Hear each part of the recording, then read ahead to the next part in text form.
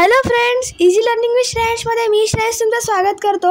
आज आपण शिकणार आहोत मराठी स्टँडर्ड 4 चा लेसन आपलं वाचनालय। चला तर मग व्हिडिओ स्टार्ट करूया। आपलं वाचनालय। अतुल, ए सुहास, चल ना रे खेळायला। सुहास, थांब ना रे जरा, या पेपरमध्ये किती छान माहिती छापून आली आहे।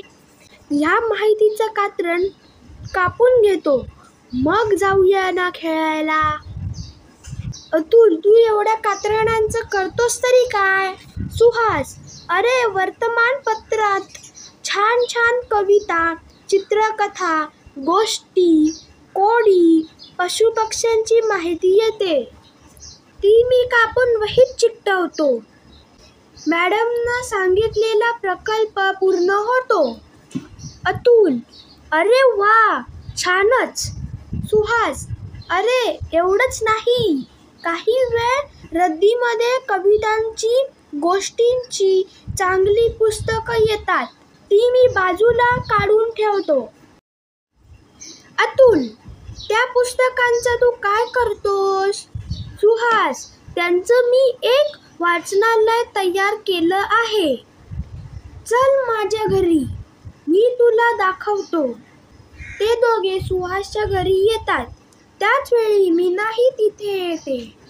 सुहास, ये मीना। मीना, सुहास, ही पुस्तकं तुझ्या वाचनालयासाठी घे। ही सगळी पुस्तकं माझ्या वडिलांनी आणली होती, आम्ही ती पुस्तकं वाचली, ती रद्दीत देण्याऐवजी तुझ्या वाचनालयासाठी मी घेऊन आले। अतुल, हे छान झालं, मी सुद्धा तुला चांगली पुस्तकं देईन। सुहास, मीना, अतुल, मी तुमचा आभारी आहे। हे वाचनालय केवळ माझं नाही, तर सगळ्यांसाठी आहे। थेंबे थेंबे तळे साचे, तसं एक एक पुस्तक गोळा करून हे वाचनालय तयार झालं आहे, म्हणून मी या वाचनालयाचं नाव ठेवलं आपलं वाचनालय। अतुल, छान आहे नाव।